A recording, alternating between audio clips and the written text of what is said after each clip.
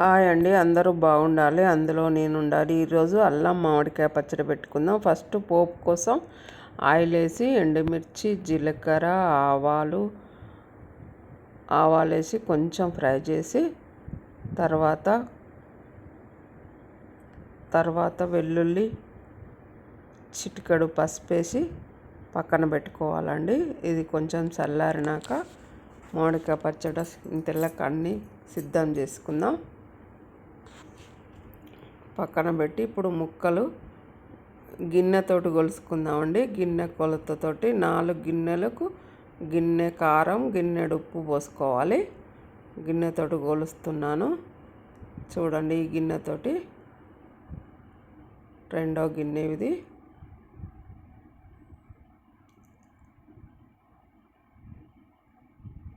రెండు గిన్నెలు మొత్తం 8 గిన్నెలు అయినాయండి. ఈ గిన్నెతోటి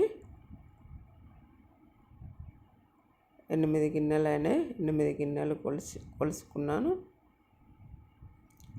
మొత్తం ఈ బేషన్లో పోసి ఇప్పుడు ఆయిల్ పోసుకోవాలి. పచ్చి ఆయిల్ గిన్నెతోటి గిన్నెడు ఆయిల్ సగం పోసానండి, గిన్నెన్నర పోసాను. మొత్తం ఈ ముక్కలన్నీ ఆయిల్లో కలుపుకోవాలి. ఇట్లా కలుపుకుంటే ముక్క గట్టిగా ఎప్పుడు పెట్టినట్టే ఉంటుంది. సంవత్సరం అంతా ఎప్పుడు చూసినా బాగుంటుంది. గట్టిగా ముక్క మెత్తబడదు. మొత్తం ఇట్లా కలిపి పెట్టుకోవాలి. చిటికెడు పసుపు వేసుకోవాలి.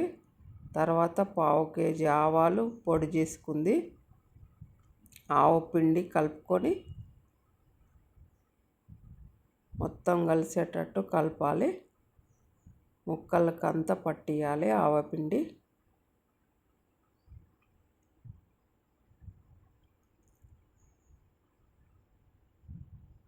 చూడండి, ముక్కలకు మొత్తం ఆవపిండి పట్టించాను.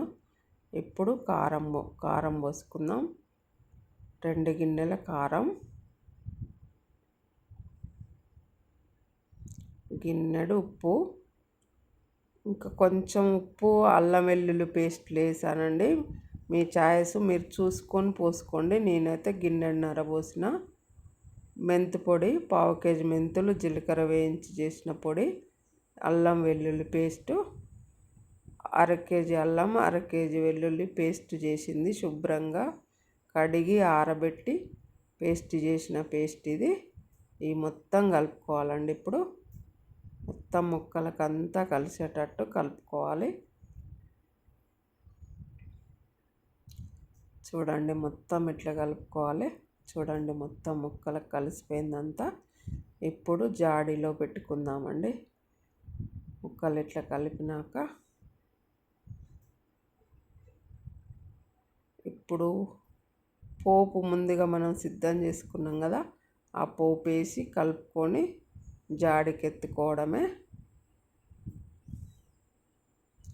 చూడండి ఎంత కలర్ఫుల్గా ఉందో. అల్లం ఆవకాయ రెడీ. మీరు కూడా ట్రై చేయండి. ఎలా ఉందో నాకు కామెంట్ పెట్టండి. Thank you.